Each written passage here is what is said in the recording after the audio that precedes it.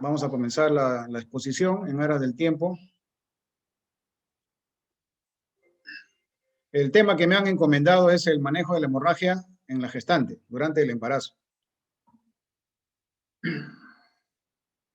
Ahí me logran ver la pantalla, ¿no? Sí, vemos, doctor. Ya. Vemos perfectamente. Cuando hablamos de hemorragias en el embarazo, vamos a encontrar múltiples definiciones. En algunos libros nos hablan de la pérdida mayor del 25% de la bulimia.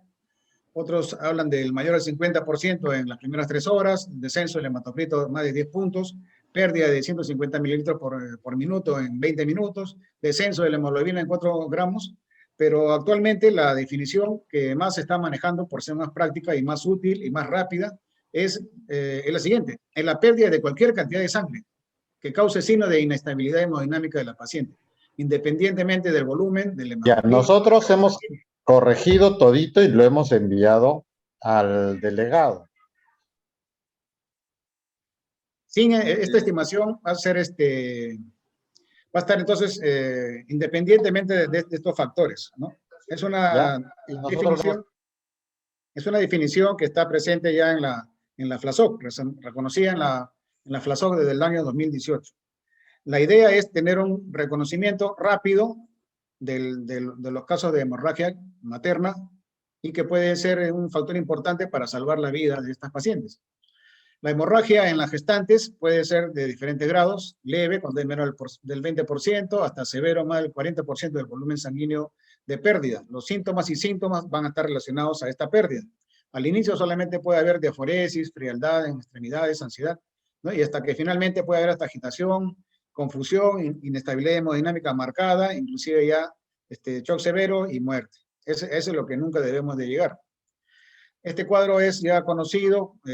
Acá se habla que, por ejemplo, que en la línea verde, las gestantes están preparadas para tener un sangrado de entre 500 a 1000 mililitros de pérdida sanguínea al momento del parto, y acá todavía no hay manifestaciones clínicas, pero cuando ya se va superando este volumen, de 1000 a 1500, van apareciendo ya cambios en el pulso, en la presión, cambios clínicos, ¿no? Y estamos hablando de hemorragias leve, moderada y severa cuando cuando hay pérdidas mayores a los 2 litros. ¿Cómo debe ser el manejo de una gestante que está presentando sangrados? La hipotensión postural, es decir, la variación mayor de 10 mililitros, cuando pasamos a la paciente que está acostada de cúbito a la bipedestación, ya nos habla de un sangrado de entre 10 al 20%. Y la hipotensión en decúbito ya nos habla de una pérdida mayor al 20%. Son señales clínicas que podemos tener rápidamente a la mano.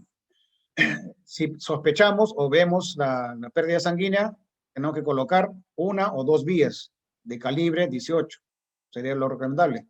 Hacemos las pruebas básicas, el hemograma completo, pruebas de coagulación, el grupo sanguíneo, pruebas cruzadas si estamos ya pensando en transfundir. Toda paciente gestante que tiene sangrado debe ser catalogada como prioridad 1 en la de emergencia y debe de manejarse hasta tener un diagnóstico adecuado, final. No debemos postergar el manejo de estas pacientes.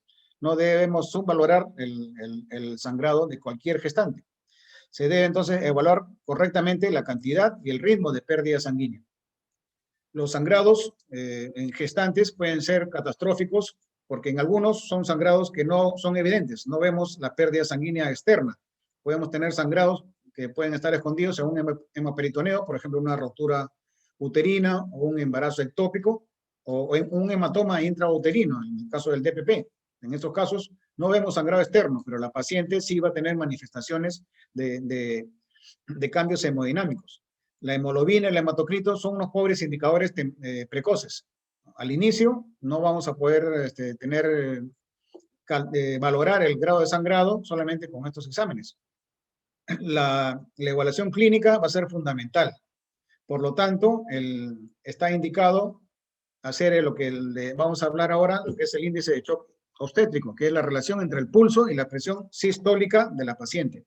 Y este índice de shock obstétrico vamos a tener que reevaluarlo constantemente, porque la paciente puede ir cambiando en sus valores de acuerdo al volumen sanguíneo perdido. El índice de choque que como les repito es el pulso sobre la presión arterial sistólica, es un índice que tenemos que tenerlo a la mano, tenemos que conocerlo y es fácil de utilizarlo. Y la información, la valoración que nos va a arrojar este índice simple nos va a ayudar mucho en cuanto a la predicción de la pérdida sanguínea. Este índice refleja una respuesta fisiológica, ¿no?, rápida ante la pérdida de sangre de manera significativa. Inclusive cuando todavía no se ha instalado la hipotensión en la paciente. Es una herramienta ya reconocida para entonces identificar rápida y oportunamente a las pacientes con hemorragia, no necesariamente externa visible y que puede ser causa de muerte materna. Su alteración se relaciona con una alteración ya en la función del ventrículo izquierdo secundaria al choque. Entonces es un indicador de una necesidad de atención médica urgente. El índice de shock va a variar en cuanto a si está gestando o no está gestando. Para esta ocasión vamos a hablar del shock obstétrico, es decir, de índice de choque en gestantes. Un valor mayor a 0,9 ya se relaciona con alto requerimiento de transfusión sanguínea, ingreso a UCI, manejo de hospitales de tercer nivel.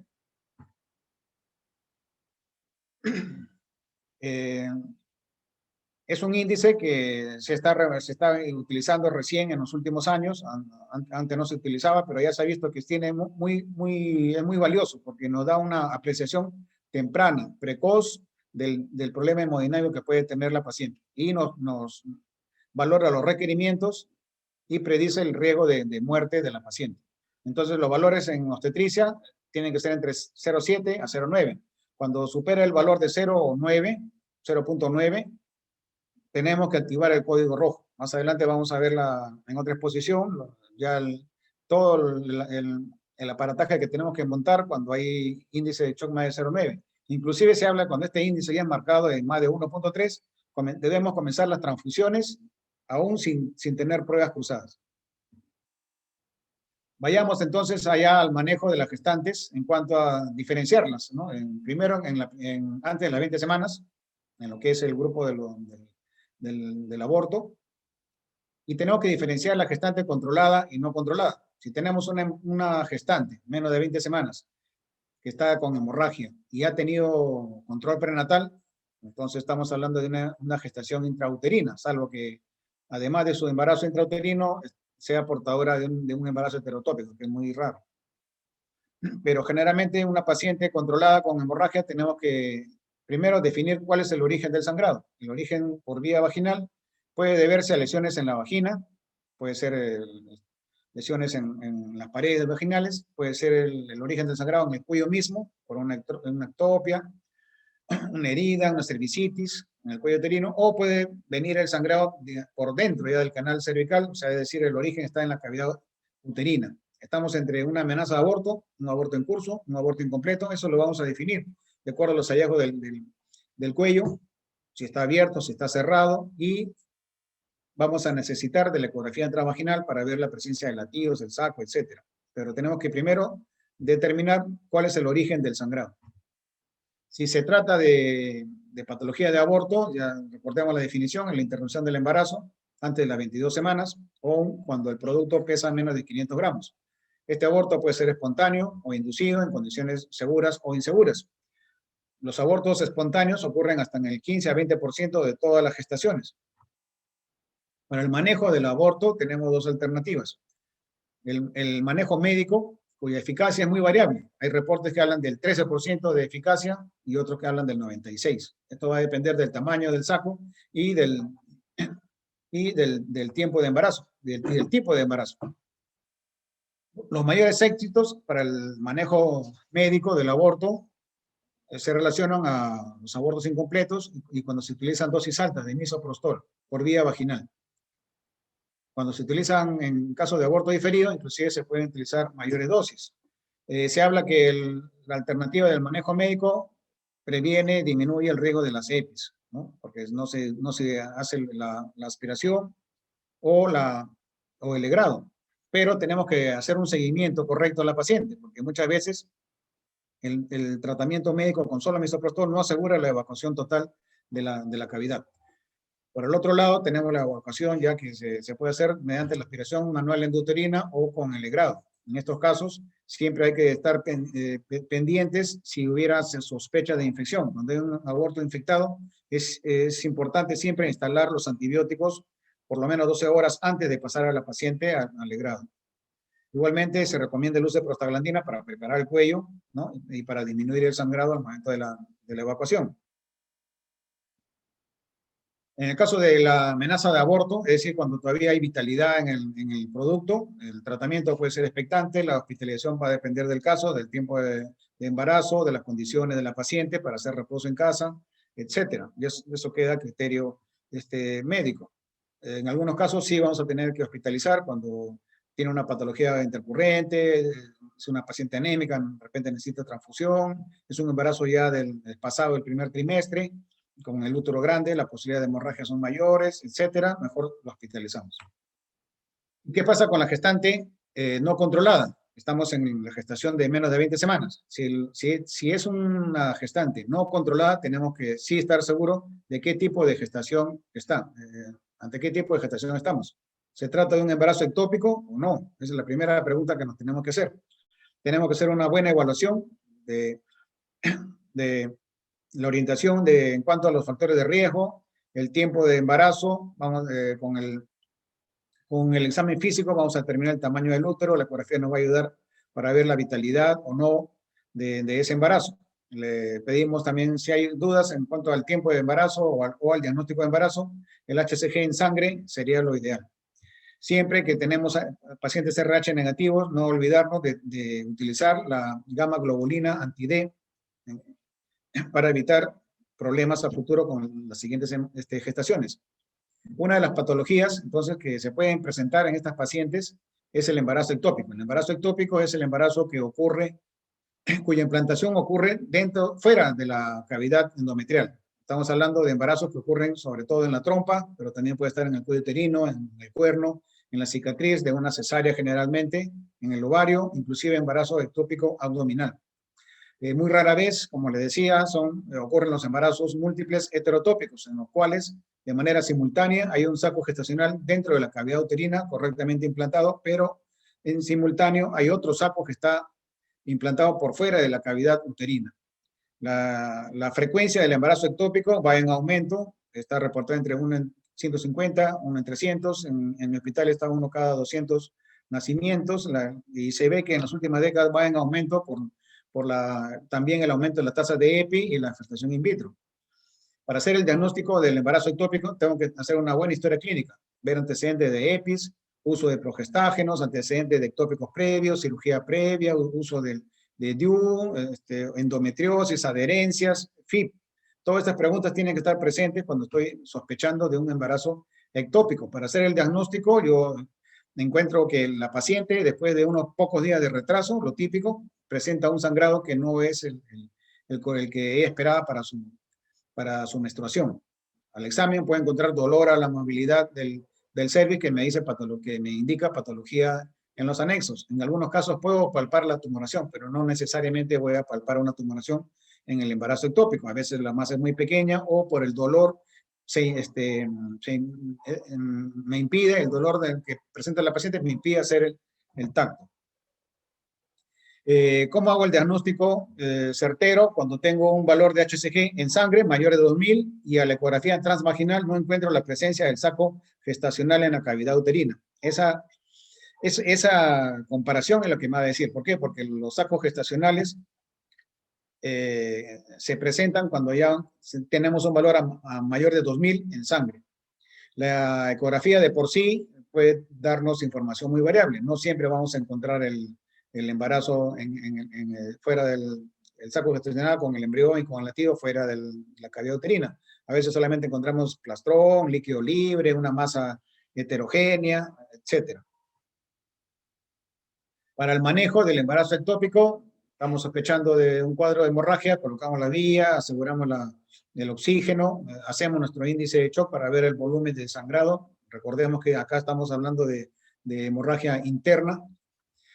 Confirmamos el diagnóstico con el HCG, con la ecografía. Si la paciente está inestable desde el inicio, podemos proceder a una laparotomía o laparoscopía exploradora. Si vemos que hay un compromiso severo, el diagnóstico lo tendremos que hacer en sala de operaciones.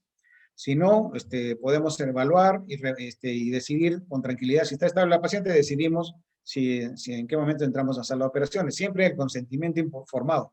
Es importante que se le explique a la paciente los riesgos, los beneficios, que firme el documento para entrar a sala cuando hay estas emergencias, todo es rápido, y si no es la paciente, el familiar debería estar firmando el consentimiento.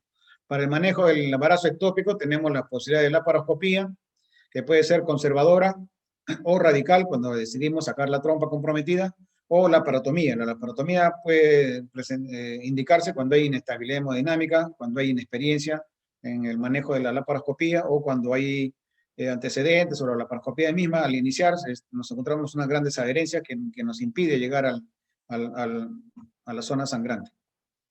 Y tenemos el otro grupo de hemorragias en el embarazo que ocurren ya en gestantes mayores de 20 semanas. En este caso, los sangrados pueden ser muy voluminosos, que pueden comprometer rápidamente y deteriorar a la paciente. Acá lo que se busca es, el primer objetivo es establecer el origen y estabilizar a la paciente. Igualmente, el manejo inicial, ¿no? Los exámenes preoperatorios, la subvía, doble vía, todo eso lo van a ver más adelante en clave roja. Hacer una buena anamnesis, si es con la paciente o con el familiar, en cuanto al inicio del embarazo, edad gestacional, de acuerdo a la fecha o última regla, si es confiable, de acuerdo al tamaño del útero, en el examen médico, de acuerdo a una ecografía temprana que tiene menor rango de error. La localización placentaria en la ecografía. Tenemos que estar seguros que no haya una placenta previa antes de hacer un tacto vaginal. ¿Qué originó el sangrado? ¿Fue un sangrado que comenzó espontáneamente o fue después de un golpe, un traumatismo o unas relaciones sexuales? Entonces, ¿qué cosa originó el sangrado? Es importante investigar. Si ese sangrado viene con dolor o sin dolor y si se asocia a pérdida sanguínea, pérdida de líquido amniótico por vía vaginal. En la evaluación inicial también tenemos que las funciones vitales, ya tenemos pulso, tenemos la presión arterial, hacemos nuestro índice de shock, vemos si hay otras señales de shock como confusión, palidez, extremidades frías, etcétera. Eso nos va ayudando para determinar el grado de shock que pueda tener la paciente. Evaluamos el fondo uterino para verificar la correspondencia a la edad gestacional que hemos calculado con el tamaño del útero. El tono uterino lo palpamos, vemos si hay dinámica y si hay hipertonía o no. La presentación del feto, si tenemos una gestación con feto transversa, feto podálico, con sangrado, tenemos que sospechar de placenta previa, que generalmente se asocia a alteraciones en la presentación del feto. Escuchamos latidos cardíacos, si tenemos Doppler, mejor. Y la evaluación de la vagina se va a descartar si es que no hemos visto primero una ecografía, para evaluar la posibilidad de una placenta previa. El espéculo se pudiera colocar para ver el origen del sangrado y el volumen y la persistencia del sangrado. Pero el tacto vaginal solamente si es que he realizado una ecografía de preferencia transvaginal para estar seguro que no es una placenta previa para poder hacer el tacto vaginal. En gestantes de más de 20 semanas, casi la mayoría están en estas tres patologías: DPP, desprendimiento prematuro de placenta, placenta previa y la rotura uterina. Acá tenemos que el manejo inicial es mantener un buen hematocrito, de acuerdo al volumen sanguíneo, de acuerdo a las señales del pulso y la presión, podemos comenzar a aumentar el volumen, decidimos las transfusiones de paquetes globulares o plaquetas o plasma fresco congelado de acuerdo a las necesidades. El índice de shock, sí, como le decía, siempre se tiene que ir reevaluando conforme van pasando las horas de estas pacientes. Vamos a revisar rápidamente el DPP. El DPP es el despegamiento de la inserción normal de la placenta y que ocurre pasadas las 20 semanas. Es decir, es el despegamiento de la placenta que ocurre antes de la expulsión del feto. La incidencia varía entre 150 a 200, se asocia en su mayor porcentaje a pacientes con hipertensión, pueden ser preeclampsias o no, o hipertensión crónicas o las dos cosas a la vez, en el 50%. Se asocia a edad materna mayor de 35 años, multiparidad, embarazo múltiple, rotura prematura de membranas, corioneonitis, antecedente de DPP, trombofilia, uso de cocaína, tabaquismo, traumatismo, contusiones directas sobre el abdomen, ¿no? Golpes y también las causas iatrogénicas. Acá tenemos que ver maniobras, de repente le han hecho una versión externa o una manipulación en el abdomen que puede provocar también la posibilidad del desprendimiento. Para el diagnóstico, la anamnesis, la pregunta de los factores de riesgo, el sangrado vaginal puede estar presente, no siempre, a veces es un sangrado, un DPP oculto, donde ahí lo que nos ayuda es, marcamos la altura uterina con un lapicero sobre la piel del abdomen y vemos en el transcurso de las horas si esa marca sigue marcando el fondo uterino o de repente el fondo uterino ya se fue más arriba porque está coleccionando sangre de un hematoma intrauterino. El dolor está presente en el 66%, pero no siempre está presente. Alteraciones del bienestar fetal, inclusive muerte del feto, óbito fetal, también está presente en el 15%. La hipertonía es importante, pero no siempre. O sea, estas son señales que están presentes en la mayor parte de los casos, pero no siempre. Podemos tener también DPP con el tono aparentemente no alterado. La ecografía nos ayuda básicamente para descartar placenta previa. El Doppler podría ser útil, pero el diagnóstico del DPP es básicamente clínico. ¿Qué complicaciones nos puede traer el desprendimiento? Choque hipovolémico, CID, trombopenia, útero cuvalier, es decir, el hematoma retroplacentario ha infiltrado, la sangre ha infiltrado sobre la musculatura del útero. Y cuando entramos a operar encontramos un útero amoratado y ese útero generalmente se asocia a atonía, porque ese útero ya no se contrae correctamente después del nacimiento y además de la pérdida sanguínea por el DPP, vamos a tener sangrado por atonía. Estas hemorragias pueden ser tan intensas que pueden dar insuficiencia renal por el choque hipovolémico. Inclusive se asocia a una tasa de muerte materna cercana al 1%. Para el manejo, valorar el estado hemodinámico materno, el estado del feto, cuantificar el sangrado, control de las funciones vitales, el índice de shock, los exámenes de laboratorio nos van dando una idea, control de la diuresis para ver si está entrando oliguria, tenemos que reponer rápidamente con doble vía, líquidos, transfusión, evaluamos el estado materno y fetal y decidimos de acuerdo a las condiciones. Puede ser que hagamos un manejo conservador, cuando el compromiso materno todavía es estable, el feto es inmaduro, queremos ganar unos días, ¿no? Damos corticoides para madurar y si está todo estable, vamos ganando días, a veces semanas para que el feto no sea tan prematuro. Eso puede ser un manejo. Hacemos los controles ecográficos, hacemos el control de hemoglobina constante y la paciente tiene que estar hospitalizada. No podemos hacer un control ambulatorio en estos casos.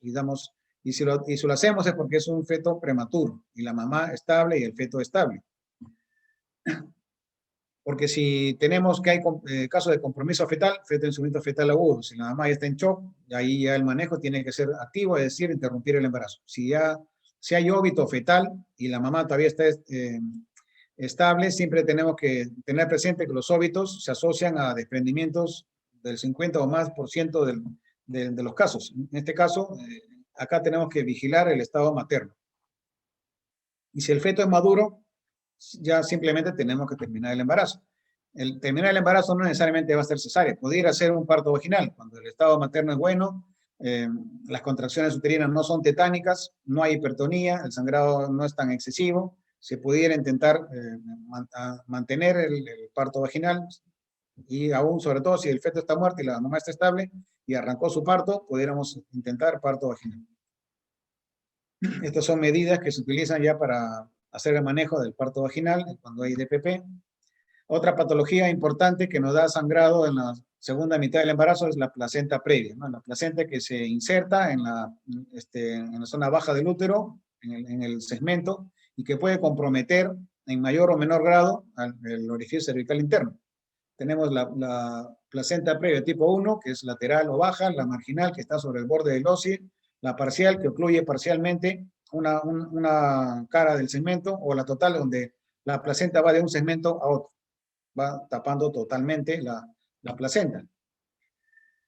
En relación al origen, se habla de un retraso en la maduración del blastocisto, que no se implantó correctamente en el fondo uterino, sino que el huevo fecundado, ¿no? Cayó y antes de salir de la cavidad, ahí se implantó en el segmento.